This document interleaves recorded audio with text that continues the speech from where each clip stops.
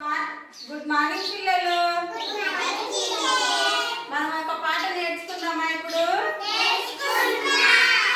చిలక చిలక పచ్చని చిలక